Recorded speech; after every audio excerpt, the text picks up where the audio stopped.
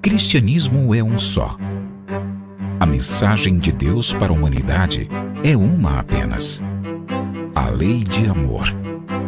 E chegou à humanidade por intermédios de muitos mensageiros divinos, tendo seu ápice em Jesus, nosso mestre e guia. Ezequiel, Malaquias, Elias, Abraão, Moisés, Jesus, Kardec e todos os grandes avatares da humanidade vieram à Terra com o objetivo de trazer a mensagem divina ao homem, conforme a condição de entendimento da humanidade à época. Conquanto cada um tenha trazido a parte da verdade divina, todos juntos são a representação do amor do Criador. Assim como eles, cada um de nós tem a sua tarefa para com a humanidade, que é reformar-se e trabalhar pelo bem do seu próximo. Amai-vos, eis o primeiro mandamento. Instruí-vos, eis o segundo.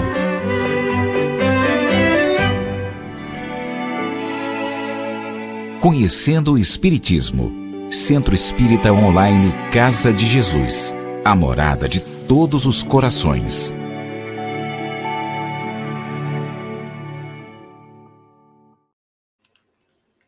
Salutam, buona vespero, meus amigos, minhas amigas.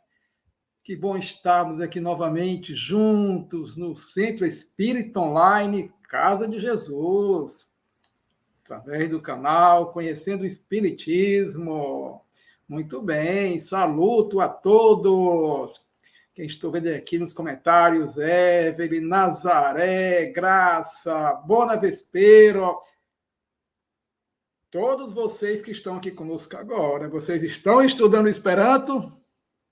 Olha, Ana Maria, Bona Vespero. Muito bem, meus amigos. Então vamos começar. Que palavra é essa, Roberto? Declinação. Vamos relembrar. Nós estamos estudando agora as 16 regras fundamentais do Esperanto. São apenas 16.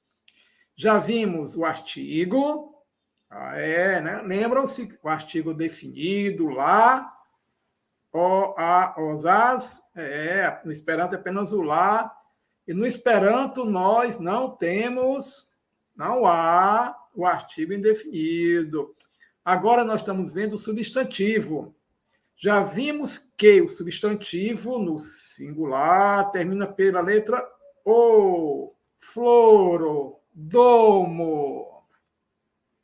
Cláudio, salutam, bona vespero.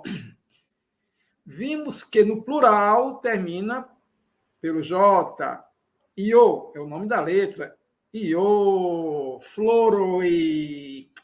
E vimos também que quando o substantivo está no objeto direto, na função de objeto direto, dentro da oração, ele termina pela letra N, floron, certo?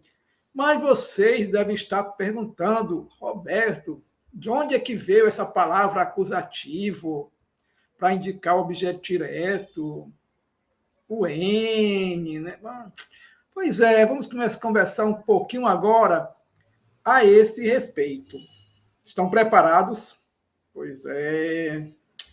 Mas vamos falar um pouquinho de como é que era o latim, mas é tudo muito tranquilo. Vamos lá, gente. Começar sobre declinação. Primeiro, o que é declinação? Vejam, não quer dizer que para falar Esperanto tem que saber tudo isso que nós estamos conversando aqui, não. Certo? Mas é bom conhecer, É bom conhecermos, já que temos esta oportunidade, Principalmente porque poderemos no futuro nós darmos aula, trabalharmos com tradução, vamos querer ler os livros, É bom conhecermos os assuntos, tá? Muito bem. Então vamos lá. Vejam bem, chama-se declinação ao uso de desinências especiais para indicar o caso.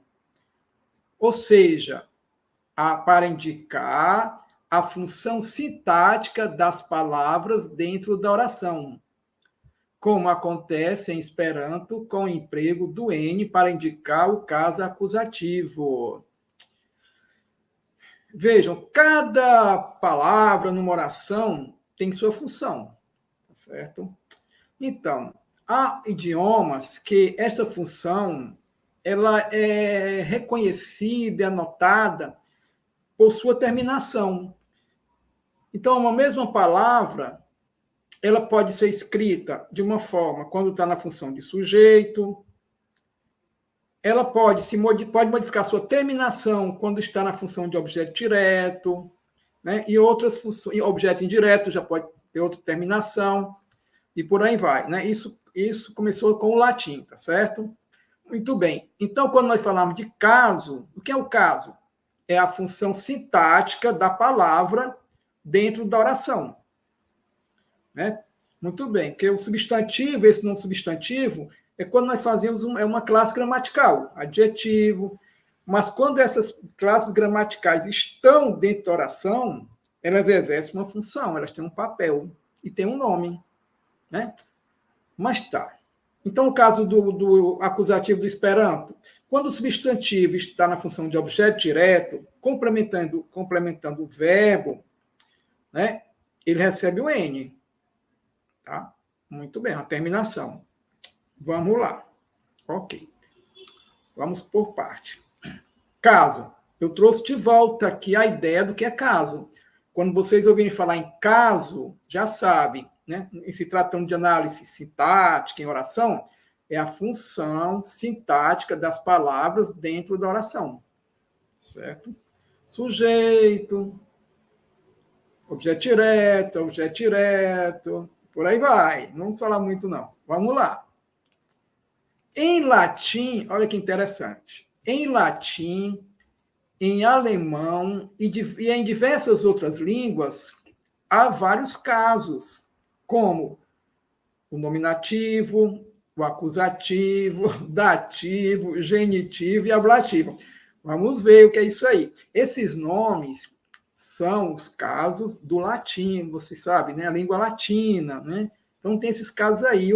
E muitas línguas vieram do latim, português, francês, espanhol, certo? O alemão também tem esses casos, né? Mas vamos ver por parte, ok?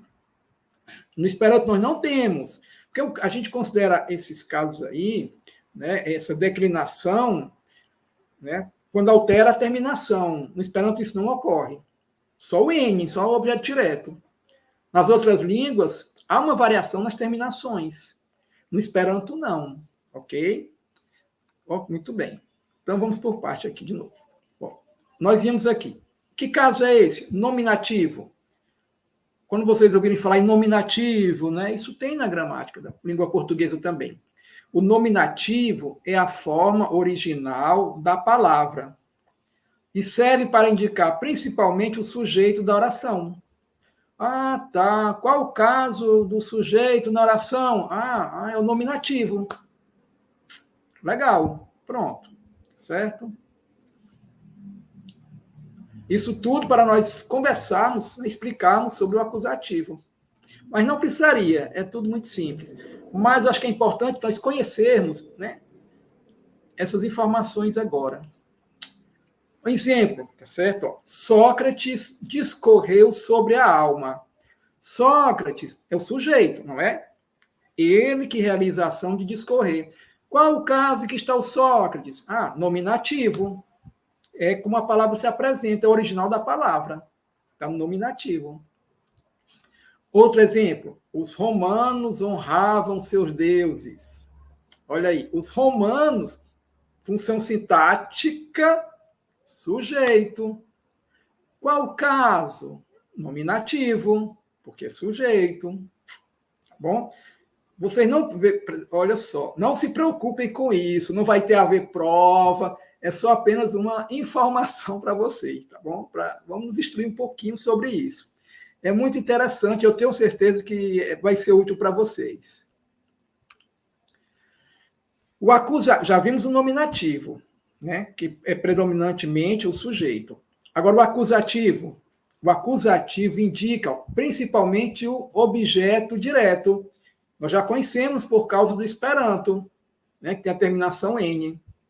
Então, o acusativo indica principalmente o objeto direto, né?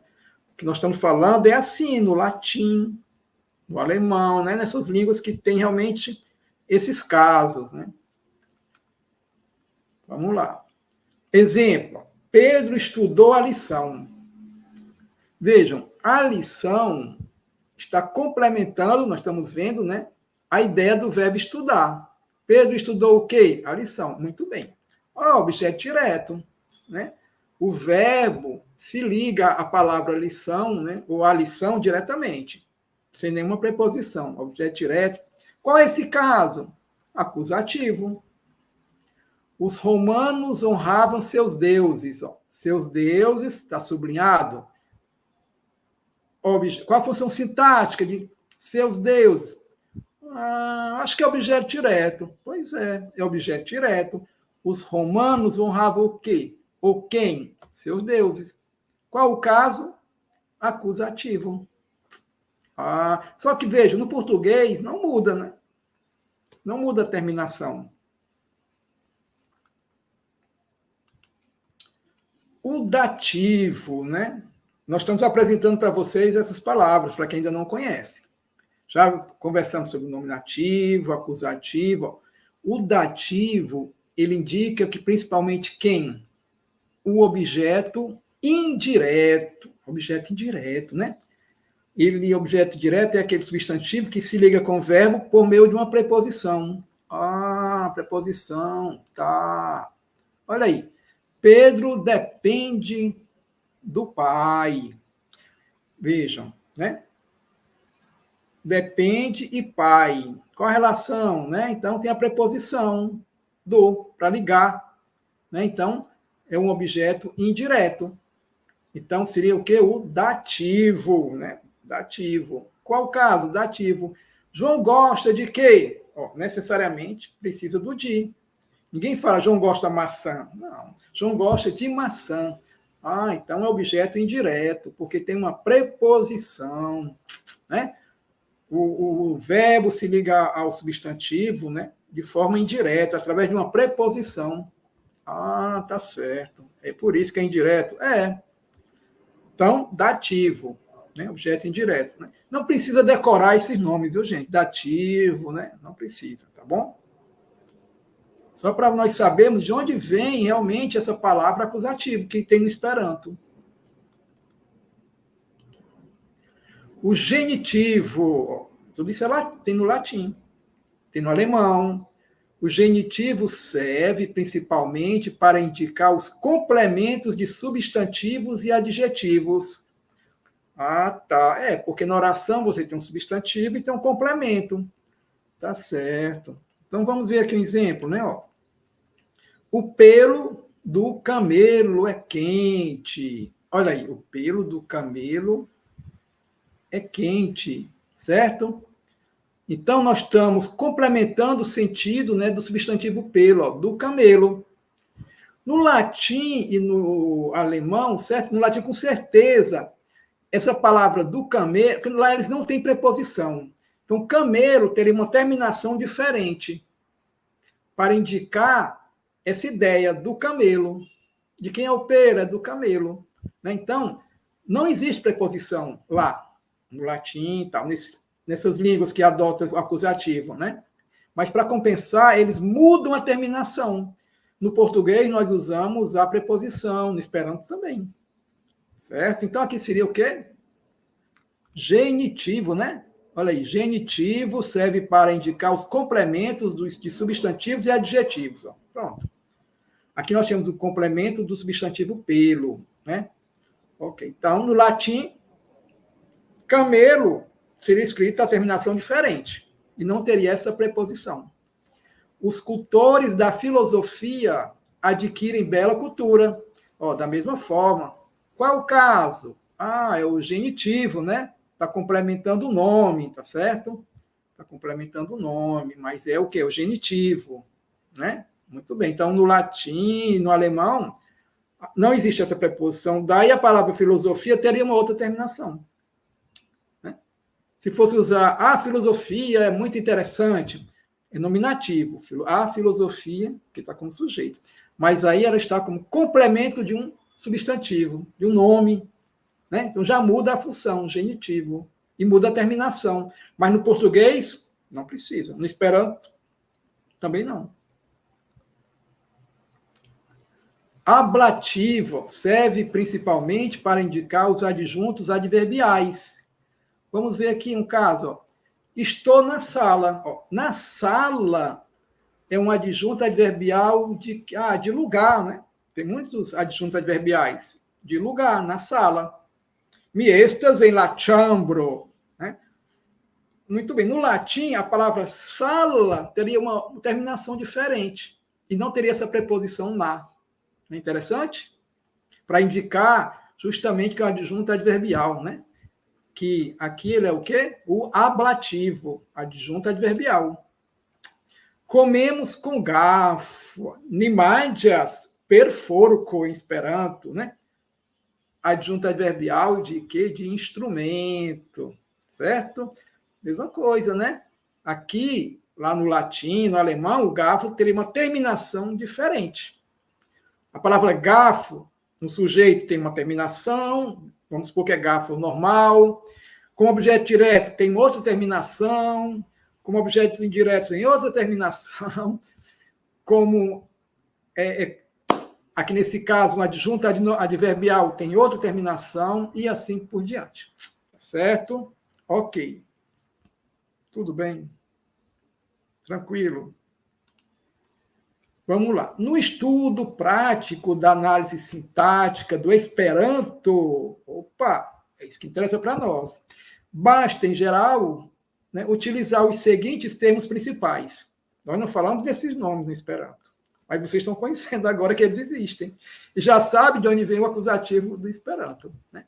Então, no Esperanto, nós falamos do quê? O sujeito, né, da oração, o verbo, falamos no objeto direto, no complemento preposicionado, que pode ser o complemento do verbo ou de um substantivo, como nós já vimos antes. Tá certo? Muito bem. Tranquilo. Observação. O nosso Jair Salles, ele tem uma observação para nós agora. Vamos ver o que o Jair Salles quer nos dizer. Na análise sintática, a rigor, em vez da palavra verbo, usa-se o termo predicado, o núcleo do predicado. Entendi, né? Porque normalmente verbo, né, é quando se faz aquela análise, chama-se morfológica, né? Fora da oração. Dentro da oração, o verbo cantar, né, ele canta bem, né? Esse canta, tá certo? É um verbo, a classe gramatical dele, né? Mas ele é conhecido como núcleo do predicado. Tá? Ok, tá certo. Né? O predicado ou núcleo do predicado. Né? Muito bem, dependendo do caso. Certo? Porém, o que é que diz o nosso Jair Salles?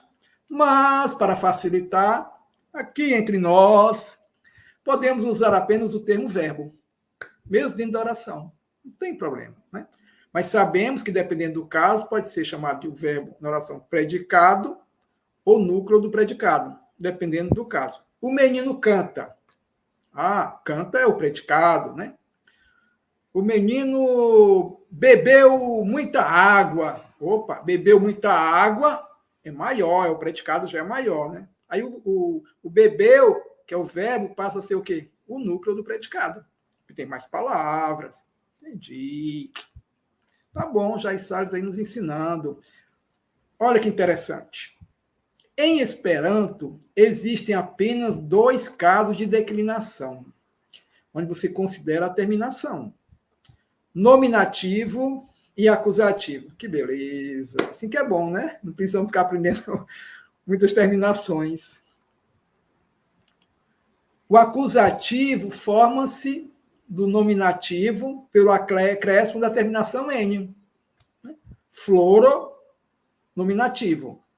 quero colocar na função de acusativo, eu coloco N. Foram. Simples. Agora, Roberto, por que tem que ter isso em Esperanto? Em português não tem. Pois é. Nós já conversamos sobre isso, mas nós vamos conversar de novo, porque isso é muito importante. É este N que torna o Esperanto, que dá a qualidade do Esperanto como língua internacional. Como é isso? Vamos lá. Vejam só. Na língua portuguesa, eu digo assim, vou trazer um exemplo que o Jair Salles já trouxe para nós. Nós já vimos isso. O menino viu o leão. Nós sabemos perfeitamente identificar. Quem viu foi o menino. O leão foi visto. Quem viu? O menino. Por que eu sei que o menino viu? Porque ele está antes do verbo, em português. Se eu mudo a posição, vou trocar a posição agora, né? Menino e o leão. Vou trocar. Aí fica, o leão viu o menino. Pronto, mudou a ideia. Agora foi o leão que viu o menino. Olha aí. No português, mudando a posição das palavras, muda-se a função delas. Leão, que era objeto direto, passou agora a ser sujeito, né?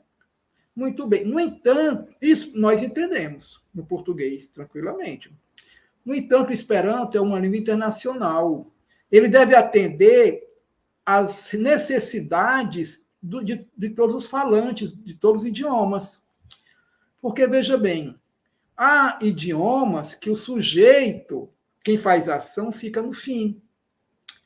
Que o objeto direto é no meio, no começo. Essa posição, sujeito, né, o verbo e o objeto direto, o complemento, é na língua portuguesa, talvez francês, espanhol, certo? Mas há países que não é assim. Se eu digo assim, em Esperanto, que o menino viu o leão, o polonês não vai saber quem foi que viu. Se lá o sujeito fica no fim, ele vai achar que quem viu foi o leão, porque lá o sujeito fica no fim. Mas o que eu estou querendo dizer para ele é que quem viu foi o menino. Viu só a confusão? Muito bem. Marcando quem recebe a ação do verbo, marcando o objeto direto pela letrinha N, não importa a posição da palavra. Todos nós vamos saber quem realizou a ação, quem recebeu a ação. Então, vejamos em Esperanto. Laknabo vidis la leonon, certo? O N está no leono. Muito bem. O polonês, exemplo, mesmo que lá o sujeito esteja no fim da oração, como tem o N no leono, ele vai saber que quem recebeu a ação foi o leão, não foi o menino. Tá certo? Podemos inverter. La leonon vidis laknabo. Olha aí, agora mudou, né? Mas o sujeito continua sendo quem? Laknabo. Como é que eu sei? Porque o leono está com N. Então, não importa a posição das palavras na frase. Todos os falantes, né, do Esperanto vão compreender a ideia perfeitamente. Tá bom? Então, esse N é importante, porque ele torna, digamos assim, né, o Esperanto internacional de fato. Ele contribui, tá bom? Para que o Esperanto seja um idioma realmente internacional, para que todos se entendam.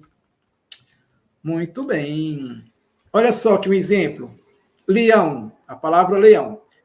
Leono está no nominativo, certo? Podemos usar como sujeito, né? Leono com N está no acusativo. Muito bem. Peguei o leono do nominativo e acrescentei o N. Simplesmente isso. Estamos falando do substantivo. Os demais casos são expressos por meio de preposições adequadas. Tá bom? Então, outras circunstâncias, outras situações no Esperanto, né? Outras funções gramaticais, sintáticas, nós usamos a preposição e está resolvido. Não precisamos mudar a terminação. Por exemplo, aí o nosso Jair Salles está dizendo que o genitivo é substituído pela preposição de, que é igual ao de. normal. Não precisa mudar a terminação da palavra. Não. La domo de Petro estas granda. Olha aí, tá certo? Então, pronto. Usa apenas a preposição de Pedro, né? Para indicar, tá certo? Essa complementação nominal, né? Complemento nominal. Usa o de, né? Que é o genitivo, né? Está complementando aí também, né? Que ele chama. O dativo é substituído pela preposição AL, que é o objeto indireto, né? Ao para. Exemplo, ó. Carlo iras alaquineio. Simples. Basta usar a preposição para indicar alaquineio. Não precisa mudar a terminação. Não. Basta a preposição al, que indica em direção a algum lugar. Certo? É isso que o Jair está dizendo. O ablativo é substituído pela preposição per, que quer dizer por meio de, nós já vimos esse per, ou outras preposições conforme o sentido da frase. Lembra da adjunta adverbial? Nimandias per forco. Nós comemos por meio de um garfo. Ou, traduzindo para no nosso linguajar português, nós comemos com um garfo. Certo? Então, usamos a preposição. Se fosse no latim, no alemão, forco já seria outra terminação. Não precisa disso. No Esperanto, não. Na língua latina, olha aí, só para encerrar, há 6 casos de declinação, tá certo? Nominativo, que nós já vimos, genitivo, dativo, ablativo, vocativo e acusativo. Só o vocativo que é novidade, né? O vocativo é um chamamento. Ô, João, vem cá. Esse João é o vocativo. Maria, meu bem. Ó, esse meu bem, que está entre vírgulas, é um vocativo. Certo? Isso que é um vocativo. Pronto, isso aí é o nosso Jair Salles nos está passando essa informação a respeito da língua latina. Gente, quem quiser estudar o latim, ó, é muito legal, viu? Vale a pena. Muito interessante. Pronto. Terminamos o substantivo. Agora vamos para o adjetivo. Vamos ver. Porém, estou pensando em fazer o seguinte, meus amigos. Vamos deixar o adjetivo para a próxima quarta-feira, tá? Porque vamos ter que conversar sobre ele. Nada demais, né? Tudo bem? Então, vamos parar por aqui e vamos para a nossa quinta lição. Vamos continuar, né? Porque estamos exatamente agora, né? Quase 18h30. Vamos dividir o tempo. Combinados? Pronto. Então, o adjetivo fica para a próxima semana. Enquanto isso, vocês vão revendo, né, o vídeo de hoje sobre o substantivo. Muito bem. Então, vamos lá. Nós paramos aqui. Nós paramos aqui dos esclarecimentos. Sim, mas, meus amigos, alguma dúvida, algum comentário? Vocês gostariam de dizer alguma coisa? Tudo bem? Tá. Ok. Vamos lá. Vejam. Shine, S com chapéu. Esse chapéuzinho, nós dizemos que é um sinal diacrítico, né? Mas nós chamamos de chapéu. O S com chapéu tem um som de CH ou SH. J é o som de I breve, não é? Shine. Shine está no infinitivo, é o nome do verbo, é o verbo parecer. Shinas que. Olha a terminação AS. Presente. Parece que. Nós vamos ver esse termo, né, no texto, tá bom? Então, quando aparecer, nós já vamos saber que shinas que quer dizer parece que. Eble. Olha, eble quer dizer talvez ou possivelmente. Vocês estão observando que está sublinhado aí, né? Esse sufixo EBL. EBL é um sufixo que nós colocamos no fim da palavra. Foi transformado agora num advérbio, pela colocação da terminação E. Olha aí. Então, E indica um advérbio. é um advérbio que veio derivado de um sufixo, né? Interessante. Quer dizer talvez ou possivelmente. Eble. Se alguém pergunta para você, Roberto, você vai para o cinema amanhã, vai viajar? Eble. Eble. Tá bom? Então, se alguém perguntar alguma coisa para vocês não tiverem certeza, vocês dizem eble. Talvez ou possivelmente. Eble. Audi. Audi é ouvir. Audi é ouvir. Olha, o U. Sobre o U há uma braquia, né? Essa braquia torna o U um U fraquinho, né? De náutico, é o fraquinho. Audi, de dia, bem suave.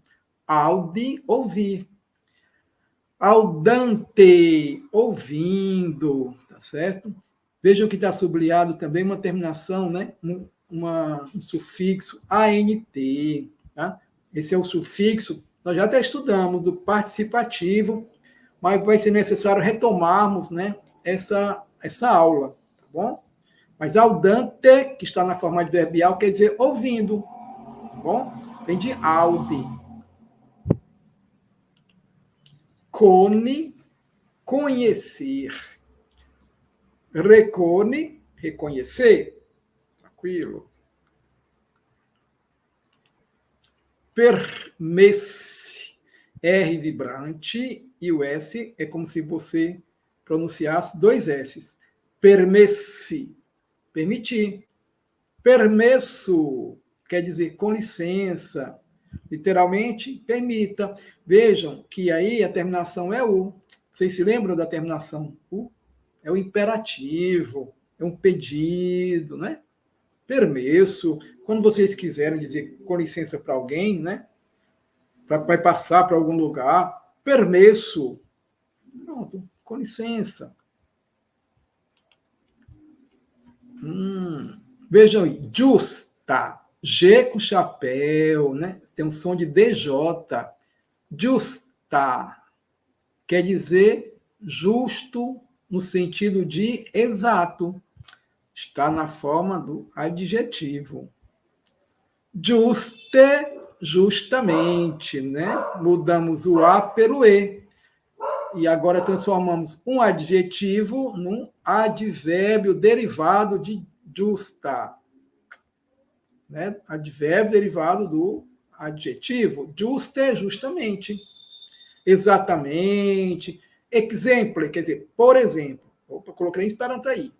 Exemple, por exemplo. Estas juste mi. Sou eu mesmo. Você que é o Cláudio, estas juste mi. Sou eu mesmo. Aprende aí, Cláudio. Estas juste mi. Sou eu mesmo. Literalmente, é justamente eu, né? Certo? Muito bem. Antal tio multe daiaroi. Quer dizer o quê? Quando aparecer essa formação, há muitos anos, né? Há tantos anos, aliás. Há tantos anos. Antal seria o A, com H, né? H-A, chapéu, do verbo haver, passado, né? Tio multe dá tantos, iaroi, anos. Tá, a gente traduz dessa forma, né? Antal tio multe daiaroi, para dizer há tantos anos. Literalmente, olha aí, literalmente, antes de tão muito de anos. Analisando, né? Palavra por palavra. Antal, antes de. Tion, tão, pode ser tanto também. Multe, muito, dá é o de, ó. Iaro e anos. Certo? Então, quando vocês quiserem dizer, tantos anos, antal, tio, multe, dá iaro aí, para reforçar, né? Que realmente há tantos anos, né? Opa! Edzo, aí nós temos que ter cuidado. Vamos ver, ó. Edzo, esposo ou marido. Edzo, certo? Edzo. O D é como fosse mudo. Edzo. Nós temos aí duas sílabas, né? O E tracinho, vamos separar as sílabas de êxodo. E, tracinho, DZO, êxodo.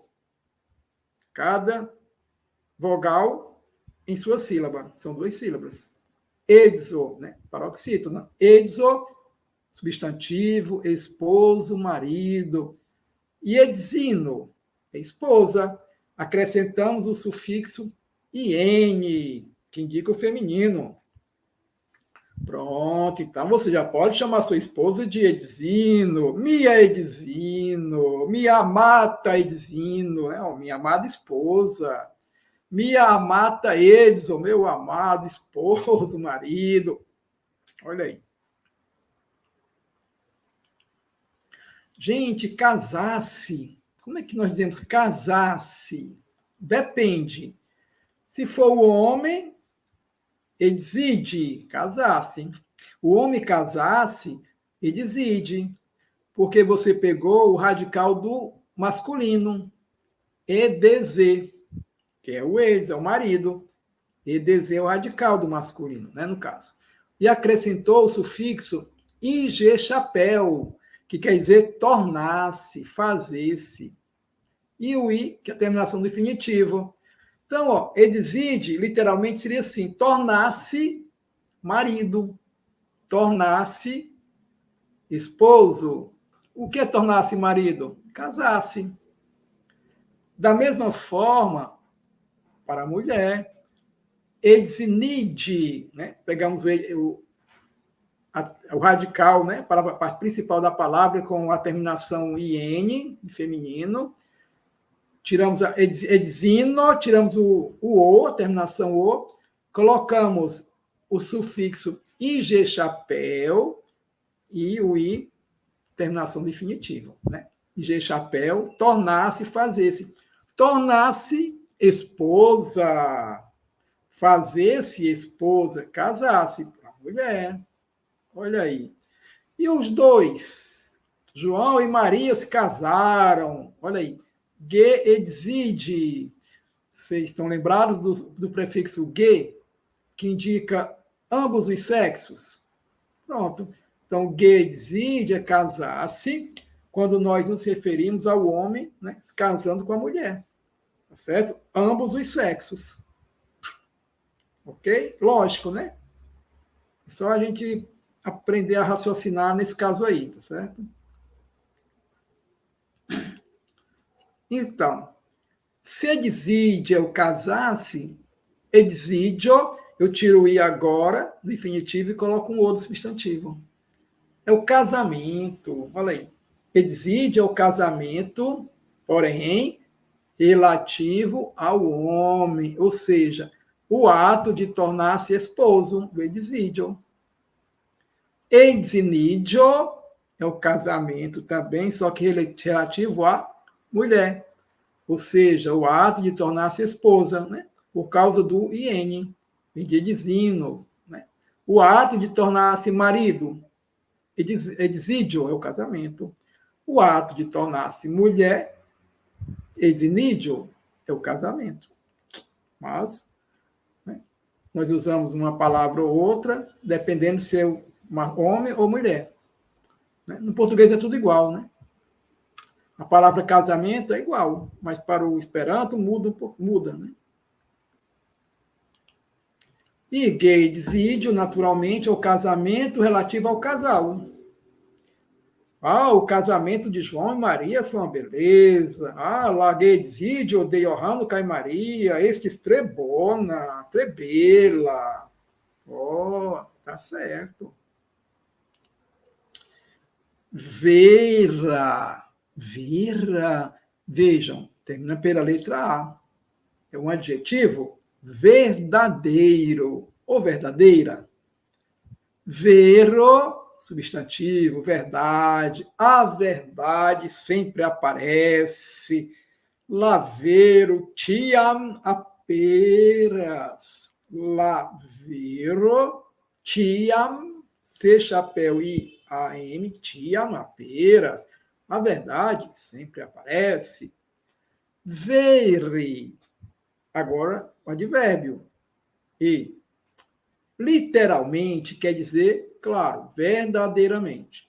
No entanto, no Esperanto, né, na literatura esperantista, no dia a dia, quando nós queremos dizer realmente, nós dizemos vere, né? Certo? Muito bem. São coisas do esperantista. Muito bem. Né? Vimos os esclarecimentos. Agora vamos ver, né, o texto. Né? As nossas lições têm o texto, né? Agora vamos entrar no texto, há um diálogo e depois um questionário. Então, vina capítulo, fine. Finalmente, até que enfim, tá certo? Nós já vimos, ó, vou voltar aqui um pouquinho. Fine vem de fino. Fino é fim, né? Mas aí tem com fim, duas vezes o radical de fino, né? E o advérbio, né? É para ressaltar até que enfim, gente. Até que enfim vocês chegaram. Fine, vocês chegaram.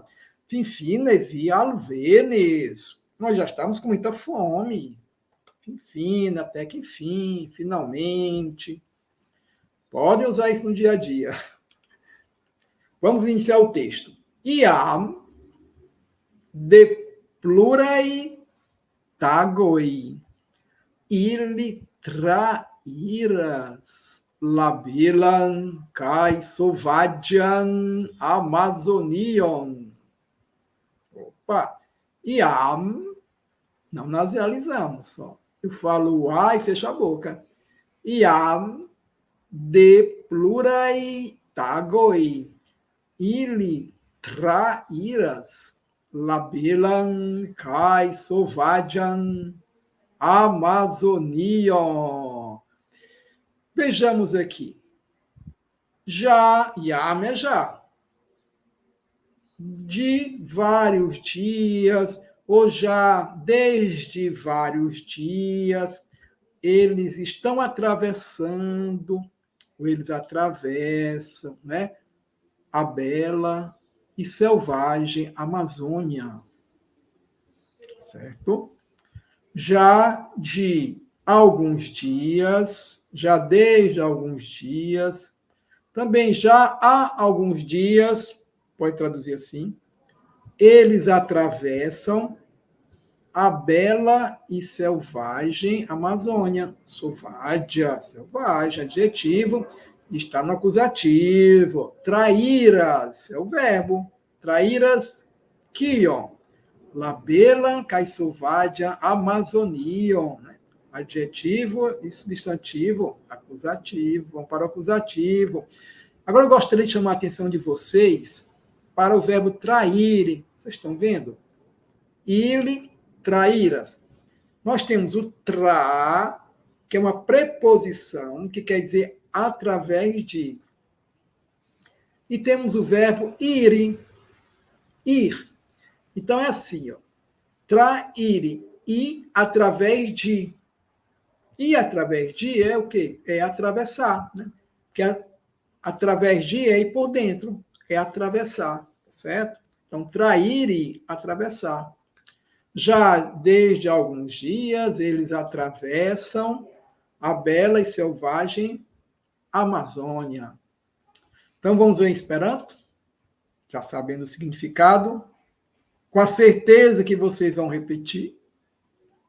Iam de plurai tagoi ili trairas labelan kai sovadian Amazonion. Estamos entendendo a história? Eles estão viajando para o norte. Já chegaram, né? Estão na Amazônia. Já chegaram. Vamos lá. Opa! Alguém está exclamando agora. Que averdo! Que apesagio! Mineniam plu forgessos! Titium voyagion! Entusiasme diris lila! Que averdo! Que apesagio! Mi neniam plu forgessos, titium voyagium, entusiasme diris lila. Vamos nos lembrar que eles estão de ônibus atravessando a floresta amazônica, né? Muito bem. Kia Verde, a Lila está entusiasmada, né? Ela é da França. Nunca tinha visto isso, essa beleza, né? Aqui, a floresta amazônica. Que verde! Olha, Kia Verde, que verde! Que paisagem! Ela está admirada, né? Vejam que usamos o Kia, né? Que espécie de verde! Ela está admirada. Traduzindo, que verde, que paisagem. Eu nunca mais, eu nunca mais, mais, no sentido de tempo, né? No futuro, ó, eu nunca mais esquecerei esta viagem. Titium voyagium, veja o acusativo. Com entusiasmo, disse Lila, ou entusiasmadamente, né? Entusiasme. Diz Lila, ela está entusiasmada. Kia verdo, kia paesaggio, mi neniam plu forgessos, titium voyagium, entusiasme diris Lila. Opa, agora, senhorino Marta, quem está falando? Sed miam estas trelatsa. Sed miam estas trelatsa. Se mi scius que la voyaggio daurus tie longe, miam estus veninta per aviadilo, et sedi costus 100 milionoi darialoi plendis signorino Marta. Signorino Marta, quem falou tudo isso? Sed miam estas trelatsa. Se misticius que la voyaggio daurus tie longe, mia estus veninta per aviadilo, et sed costus 100 milionoi darialoi plendis signorino Marta. Mas eu já estou muito cansada, né? A Lila está animadíssima, né? A Lila está animadíssima, mas a senhora Marta está cansada. Mas eu já estou muito cansada, trelatsa. Se eu soubesse, olha a terminação, o S, né? O futuro do pretérito, né? Se eu soubesse que a viagem duraria tanto tie longe, né? Tão longamente, literalmente, né? Ou então tanto, podemos dizer, eu de fato, teria vindo de avião, por meio de avião, até mesmo se ela custasse, né, provavelmente a passagem custasse 100 milhões de reais, queixou-se a senhora Marta. Então, vejamos, o que chama aqui a atenção, que eu gostaria de chamar a atenção de vocês, é o seguinte, olha, se misticius, que la voyaggio dauros, nós podemos traduzir assim, ó, se eu soubesse que a viagem duraria, tá certo? No entanto, aqui tem dauros, se a viagem durará, se eu soubesse que a viagem durará, né?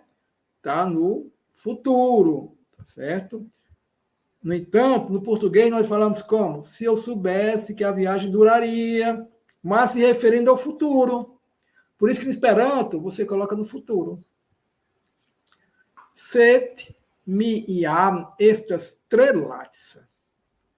Se mi scius que la voyaggio daurus tie longe, miam estus veninta per aviadilo, et sed costus 7 milionoem da realoem, plendis signorino Marta.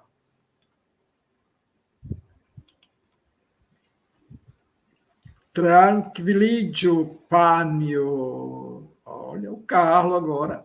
Tranquilligio panio. Baldau. Niatingos belenon. Sim provis consoli Carlo. Tranquilligio panio. Baldau. Niatingos belenon. Sim provis consoli Carlo. Tranquilize-se, mamãe. Olha aí, vem de tranquila, né? Fique tranquila, tá certo? Tranquilídio. Torne-se, fique tranquila, né? Tranquilídio, pânio. Tranquilize-se. Olha o G chapéu, né? Dá esse si aí, esse reflexivo. Tranquilize-se, mamãe, pânio. Patrino, mãe. Pânio, mãezinha ou mamãe. Baldau, brevemente ou em breve, nós atingiremos Belém. Olha aí, Belém no acusativo. Beleno é o Belém no nominativo. Com acusativo, Belenon. Tá certo? Vai para o acusativo também, a cidade. Sim provis console Carlo. Vejam só aquilo que eu estava falando. Sim é o objeto direto. Está no começo. Carlo é o sujeito, está no fim. Né? Mas nós entendemos. Quem está consolando é o Carlos. Como é que eu sei? Porque o acusativo está no sim. Ela, que está sendo consolada, que recebe a ação. Eu sei que o Carlos está consolando, não é sim. Então, de forma direta, seria assim, ó. Carlo provis console sim. Carlos tentou consolar ela. Mas ninguém fala assim, Carlos tentou consolar ela. Carlos tentou consolá-la. É o português mais correto. Né? Ok? Carlos tentou consolá-la. Provis console. Tentou consolar. Quem? Sim. Tudo bem? Tranquilídio, pânio, baldau, niatingos, beleno, sim, provis, console, Carlo. Cai, facte, quel cain horo imposte, ili alvenis al Beleno. Oh, fine, eles chegaram a Belém.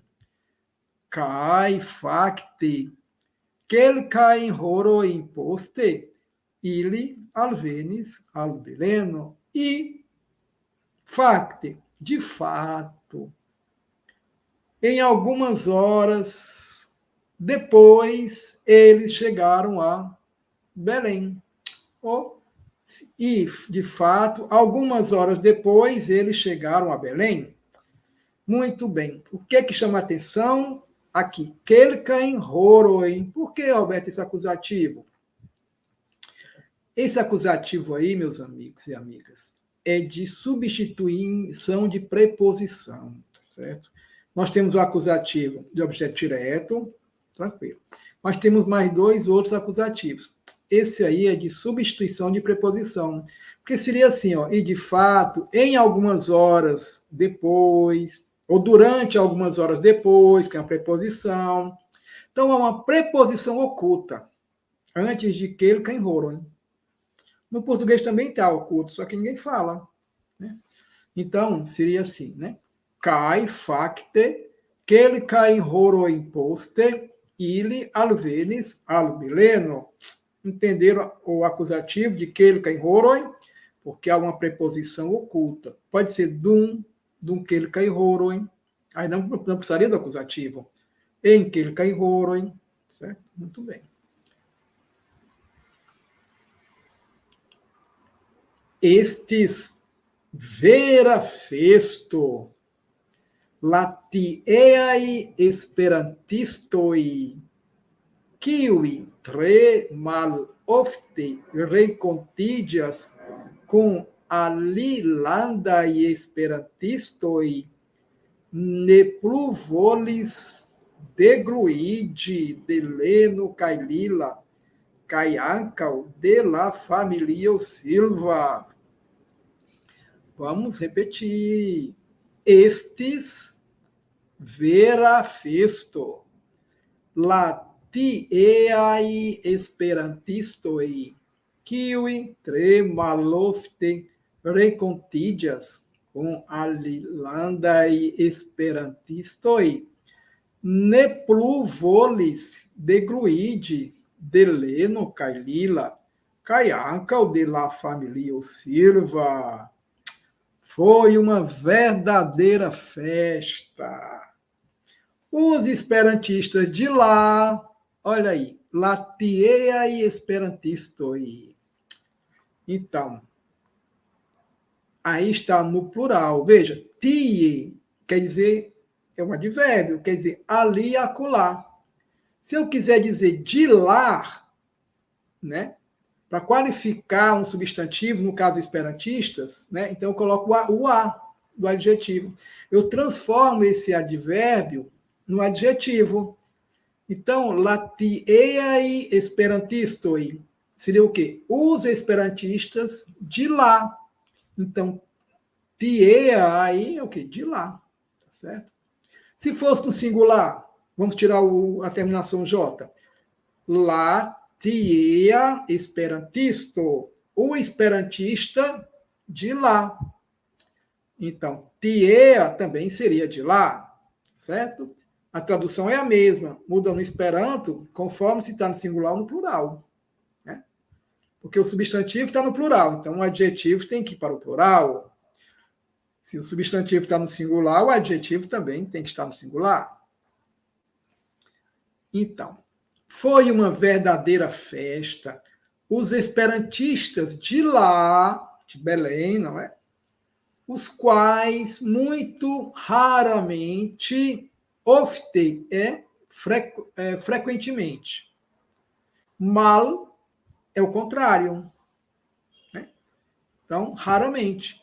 Os quais muito raramente se encontram, recontídias, se encontram com esperantistas estrangeiros.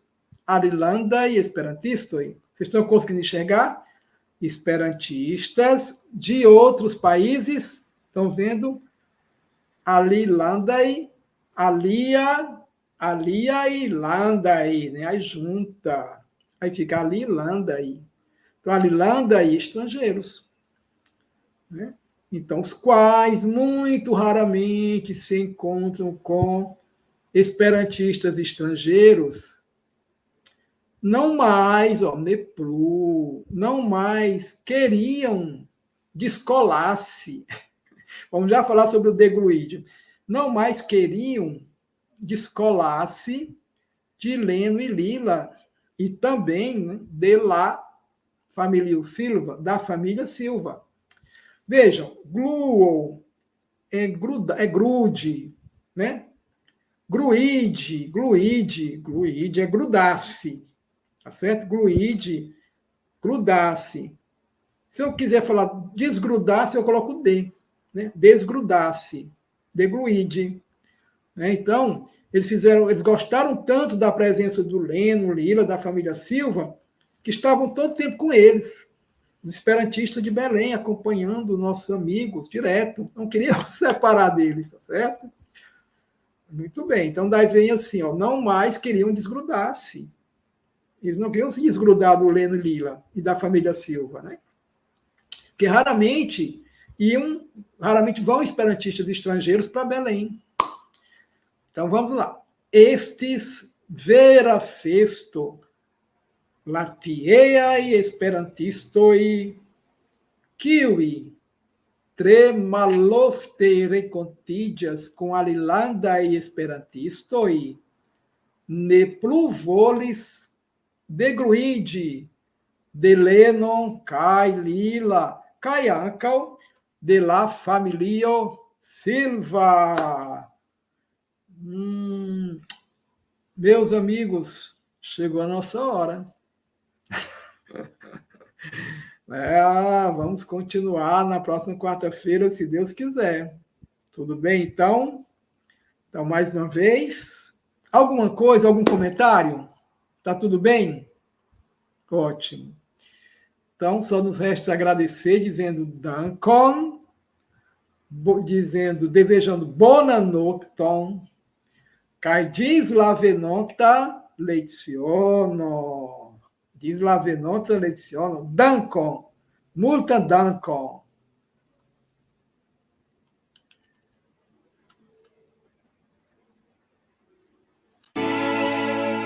Conhecendo o Espiritismo. Centro Espírita Online Casa de Jesus. A morada de todos os corações.